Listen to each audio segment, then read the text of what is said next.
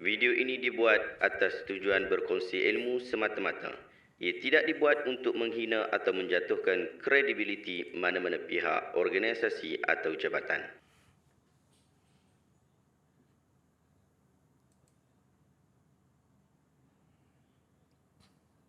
Assalamualaikum warahmatullahi wabarakatuh. Saya Syahabuddin. Terima kasih banyak kerana anda berada di channel YouTube saya dan terima kasih banyak jika anda telah tekan butang subscribe. Kalau belum tekan butang berkenaan, tekan butang itu sekarang. Jika ada video-video bermanfaat, insya-Allah akan ada di feed YouTube anda. Sahabat-sahabat, sekarang ni jadi viral satu video yang menunjukkan ada satu kumpulan orang lelaki ada, orang perempuan ada yang tidak diketahui wajah mereka. Mereka sedang melakukan satu perkara yang tidak boleh diterima oleh orang yang menonton video berkenaan, dan ini berlaku di makam Tok Kenali.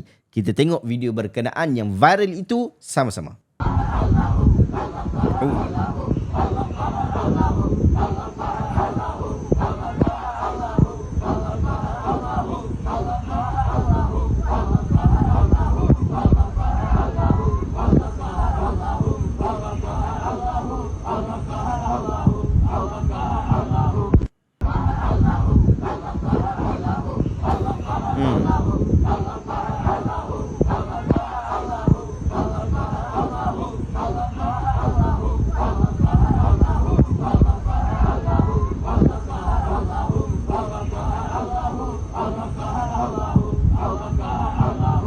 Sahabat-sahabat, video berkenaan mendatangkan keresahan orang awam terhadap isu ni. Ahmad Kailani Muhammad, dia kata, apa sudah jadi dengan kubur Tok Kenali? Geng Kuburiyun dah buat aktiviti kat sana. Pihak berkuasa agama perlu melakukan sesuatu. Tak boleh amalan sebegini dibiarkan. Atau anak cucu cicit Tok Kenali perlu tampil untuk menjaga kehormatan kubur ulama ini.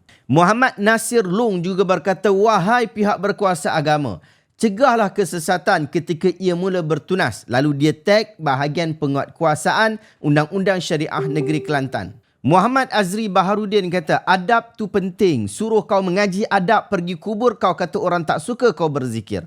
Lepas tu bila tak dibenarkan, kau marah. Nak cakap pun susah, tak cakap pun susah. Kalau tak dapat ziarah makam Tok Kenali, moga engkaulah yang akan dipertanggungkan jawapannya. Sebab engkau orang lain tak dapat ziarah makam wali. Muhammad Azmi Saimin sebut, dia kata kan lagi, kalau Tok Kenali boleh bangkit dari kubur tu, aku rasa dia tampau semua geng capal bebal ni. Tetapi menariknya, apabila viral isu ni, beberapa orang daripada kalangan cucu cicit Tok Kenali mula menyuarakan, mula keluar suara. Bahkan pada kali pertama sebelum saya nak react isu ni, salah seorang daripada cicit Tok Kenali telah mesej saya untuk berikan reaction terhadap hal ini. Mereka juga tidak bersetuju apabila perkara seperti ini berlaku di tempat datuk mereka. Berikut ini adalah satu kenyataan daripada salah seorang keturunan Tok Kenali.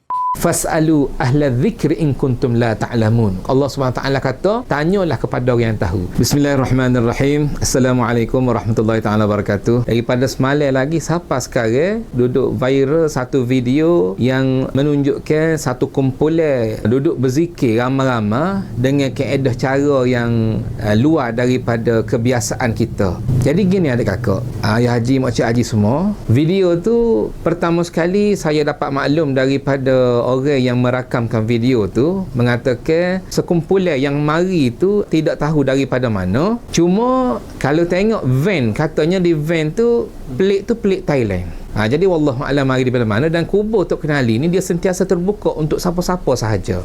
24 jam sentiasa terbuka, tengah malam pun orang mari. Jadi adik kakak muslimin-muslimat, segala amalan yang dibuat dalam video tadi tidak ada kena-mengena langsung dengan ajaran Tok Kenali pun tak ada, dengan pondok Tok Kenali pun tak ada, dengan kerajaan negeri pun tak ada. Saya sebagai wakil keluarga menasihatkan kepada semua yang nak mari kepada kubur Tok Kenali, makam Tok Kenali, supaya jaga adab dan akhlak ketika dikubur. Jadi ketika di makam ni, kita kena beradab yang mana diajar oleh alim ulama kita dengan caranya bersopan santun, tidak kata berlebih-lebihan. Sebab ini akan menjadi fitnah kepada masyarakat kita sekarang. Jadi kalau boleh, jaga khususnya orang perempuan, minta tolong jangan masuk dalam pagar, dan orang lelaki pun jangan buat perbuatan ataupun amalan-amalan yang khilafiyah, amalan-amalan yang di luar daripada uruf, takut menjadi fitnah pada masyarakat. Jadi setakat itu dulu, wallahu alam. Assalamualaikum warahmatullahi taala wabarakatuh.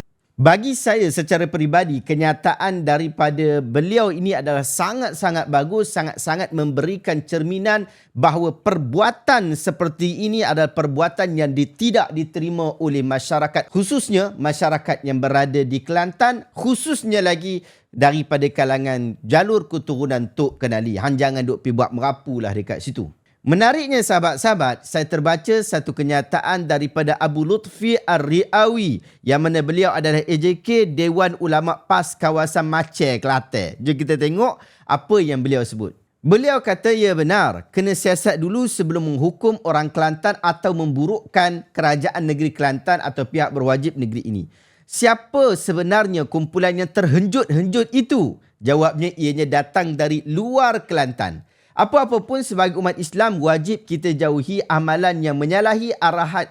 Apa-apa pun sebagai umat Islam wajib kita jauhi amalan yang menyalahi ajaran Nabi Muhammad. Jangan buat amalan pelik-pelik. Kelantan kita ada undang-undang syariah. Jangan sembarangan nak buat benda yang karut-marut atau syubhat yang mendatangkan fitnah. Nak ziarah kubur, ziarahlah dengan mengikuti sunnah Nabi. Jangan buat ritual sendiri seperti yang tersebar luas dalam video ini. Jangan salah faham maksud ziarah kubur. Jangan buat pemahaman sendiri. Kelantan Serambi Mekah membangun bersama Islam. Abu Lutfi Ar-Riawi, AJK Dewan Ulama PAS kawasan Macang. Dan dia tulis artikel ni ketika di Wisma PAS Macang. Jadi kenyataan ini cukup bagus. Saya suka dengan kenyataan yang beliau sebutkan. Pertama, beliau nafikan bahawa ini berkaitan secara khusus kepada orang Kelantan ataupun negeri Kelantan ataupun pihak berwajib daripada kalangan orang Kelantan. Yang kedua, dia sebut tentang terhenjut-henjut. Maksudnya,